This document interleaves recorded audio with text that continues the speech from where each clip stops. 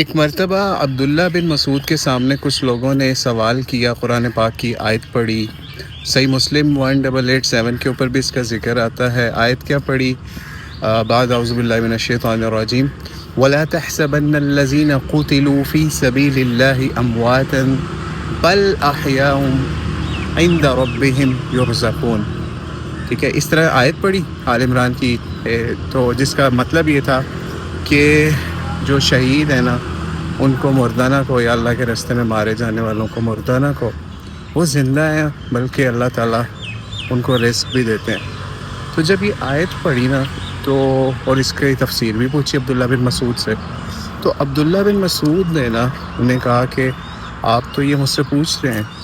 میں نے بھی نبی علیہ الصلوۃ والسلام سے، یا ہم نے بھی اس حوالے سے پوچھا تھا، اسی کی آیت کی تفسیر کے حوالے سے۔ تو پھر نبی علیہ السلام نے ہمیں یہ جواب دیا تھا، اس کا مفہوم ہے کہ جو شہید ہیں نا، ان کو اللہ تعالیٰ نے سبز پرندوں کی روحوں، ان شہید کی روح کو سبز پرندوں کے جسموں میں داخل کر دیتے ہیں، یعنی جنت کا بتایا جا رہا، اور وہ سارا دن پھر پھرتے ہیں، انجوائے کرتے ہیں جنت کی نعمتوں کو جنتوں میں۔ پھر اس کے بعد وہ واپس آ جاتے ہیں، اور ایک قندیلیں ہوتی ہیں خاص، جس کے اندر وہ آ کے نا، عرش کے نیچے قندیلیں لٹکی ہوئی ہیں، وہاں پہ وہ اپنا آ جاتی ہیں وہ روحیں واپس ان قندیلوں میں، اور پھر اللہ تعالیٰ نا ان سے سوال کرتے ہیں۔ کیا سوال کرتے ہیں کہ تمہیں اور کوئی خواہش ہے؟ تو وہ کہتے ہیں کوئی خواہش نہیں ہے۔ 3 مرتبہ وہ خواہش اللہ تعالیٰ ان سے پوچھتے ہیں ان کی، ٹھیک ہے، کہ ان کی کوئی اور جنت میں خواہش، کوئی معاملہ ایسا ہے؟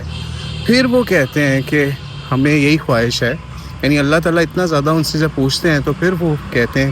کہ ہمیں دوبارہ زندگی دی جائے دنیا کے اندر، جسم کے اندر ہماری روح کو لٹایا جائے، اور ہم دوبارہ دنیا میں جا کے شہید ہوں،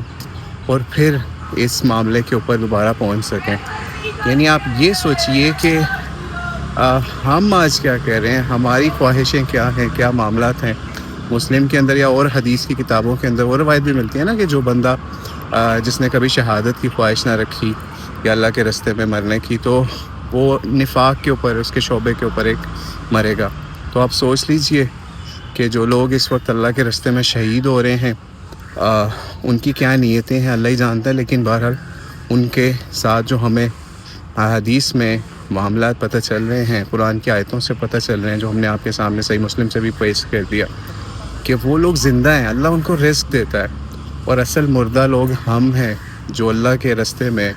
شہید ہونے کی خواہش بھی نہیں رکھتے، اور جو لوگ شہید ہو رہے ہیں ان کے بارے میں غلط باتیں کرتے ہیں۔ تو یہ ہے شہیدوں کی زندگی جس کی وہ تمنا کرتے ہیں اللہ کے راستے میں شہید ہو کے۔